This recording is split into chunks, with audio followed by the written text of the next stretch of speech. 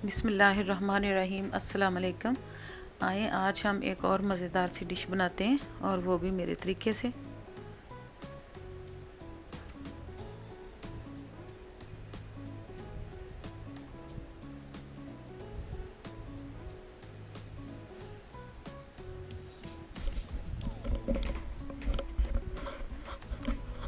चूल्हा ऑन करके उसके ऊपर आप कुकर रख लें, और जो आपने मीट लेना है, गोश्त जो जौन सा भी लेना है, मुर्गी ले लें या मटन ले लें, बड़ा गोश्त ले लें।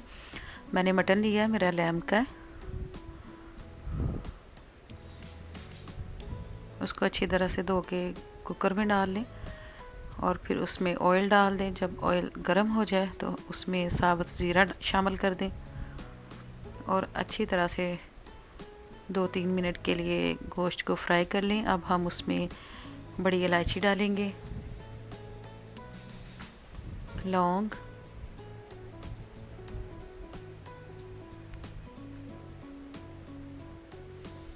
सब्ज़ इलायची, दालचीनी के टुकड़े, 2-3 दालचीनी के टुकड़े डाल लें। मेरा लैम्ब का मीट है, इसलिए मैं उसको थोड़ा फ्राई कर रही हूँ, ताकि उसकी थोड़ी सी जो स्मेल होती है, बास लोगों को लगता है कि थोड़ा स्मेली होता है, लेकिन मेरा मीट तो बहुत अच्छा है। बहरहाल फिर भी जिनको स्मेल आती है उनके लिए आप मीट को पहले फ्राई कर लें। अब हम 2-3 मिनट के लिए फ्राई करने के बाद अब हम उसमें onion, garlic, ginger, green chilli, उसका पेस्ट डाल देंगे, और उसको अच्छी तरह से 1-2 मिनट के लिए भून लेंगे। अब हम उसमें नमक शामिल कर देंगे,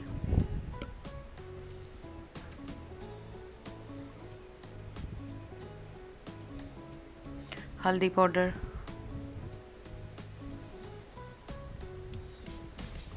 और सुरख मिर्च पाउडर, वो भी शामिल कर लें। सारे मसाले डाल के अच्छी तरह से भून लें। अब हम उसमें टमाटर भी शामिल कर देंगे,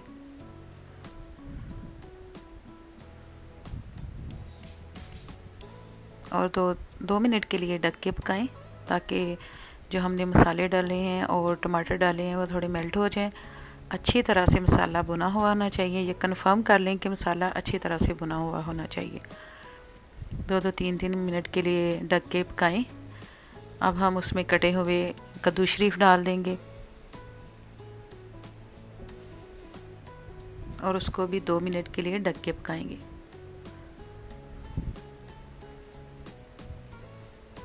मसाले के साथ अच्छी तरीके से भून लें। जब आपको पता चल जाए कि आधे गल गए हैं तो उनको निकाल लें। ये मैं बार बार कह रही हूँ कि आपका मसाला अच्छी तरह से भुना हुआ होना चाहिए। मैंने कैमरे के पीछे उसको अच्छी तरह से भुना है। अब हम उसको कुकर लगा देंगे, अपनी ज़रूरत के मुताबिक पानी डाल के। मैंने तकरीबन 15 मिनट के लिए उसको कुकर लगाया था। ये देखें जी, अब मीट गल चुका है। अब हम उसको कढ़ाई में निकाल लेंगे, जिस बड़े पैन में।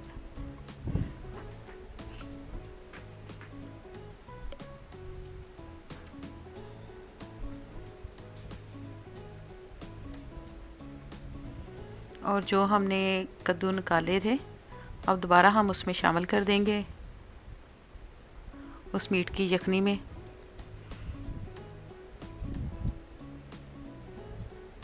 उस हिसाब से पानी डालिए कि आपका गोश्त भी गल जाए और यखनी भी निकल आए।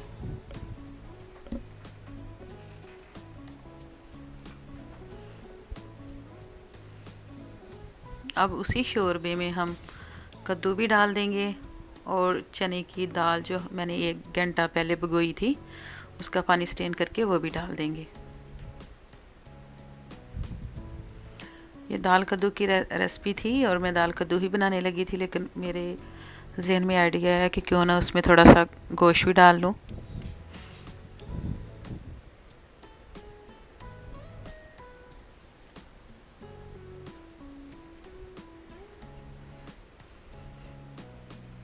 चने की दाल शामिल करके उसको भी 2-3 मिनट के लिए आप भून लें, और उसको ढक के पकाएं।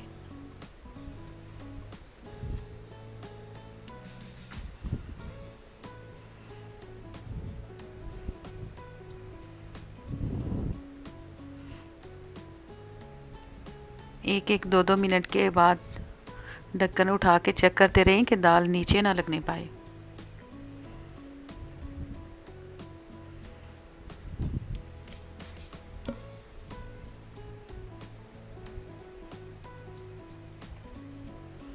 अब दोबारा उसको ढक के पकाएं।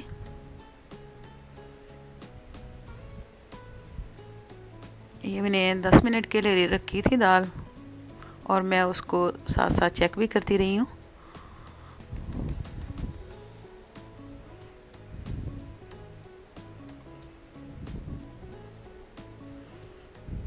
जब दाल आधे से ज़्यादा गल जाए, 95% गल जाए, तो अब आप उसमें मसूर की दाल शामिल कर दें, जो रेड वाली होती है बगैर छिलके के।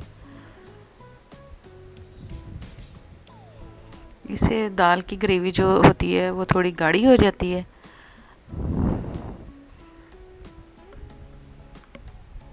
मसूर की दाल शामिल करने से ये जल्दी गल जाती है, इसलिए जब दाल और कद्दू 95% गल जाए तब आपने मसूर की दाल उसमें शामिल करनी है। अब उसको दोबारा ढक के पकाएंगे 10 मिनट के लिए।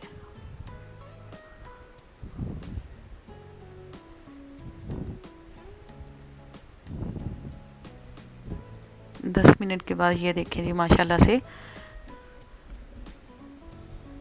मसूर की दाल भी गल चुकी है और चने की दाल भी तकरीबन गल चुकी है।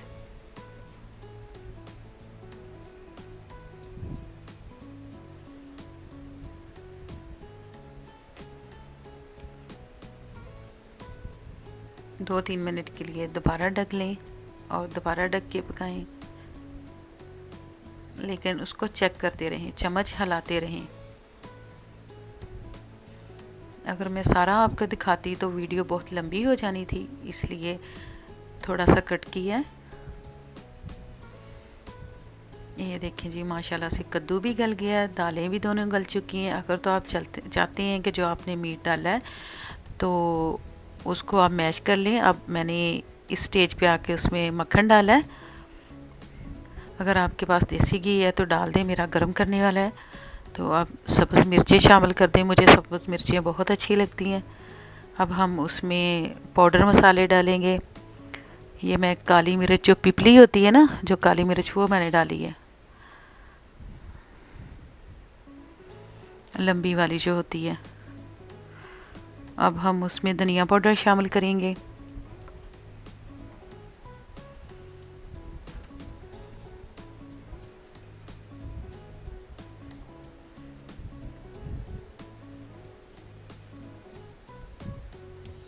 कुटा हुआ ज़ीरा भी डाल दें। मेरी हांडी तो इन मसालों के बगैर कंप्लीट नहीं होती। जब तक मैं ये ना डालूँ मुझे तो मज़ा ही नहीं आता। आप अपने टेस्ट के हिसाब से ज़्यादा कम डाल सकते हैं। अब कसूरी मेथी डाल दें।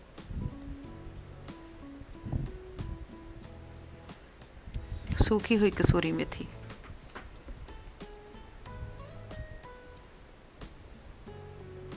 ये जी, मैंने 1 मिनट के लिए उसको ढक के पकाया है ताकि वो जो मक्खन है वो भी अच्छी तरह से मेल्ट हो जाए। अब हम उसमें सब्ज़ धनिया फ्रेश कटा हुआ वो डाल देंगे और हमारी हांडी कंप्लीट हो गई है। माशाल्लाह से बहुत मज़ेदार बनी है। मैंने चेक किया उसका टेस्ट, नमक मिर्च परफेक्ट है। आप चेक कर लें, अगर नमक कम है तो डाल लें, अगर मिर्च कट है तो काली मिर्च डाल लें।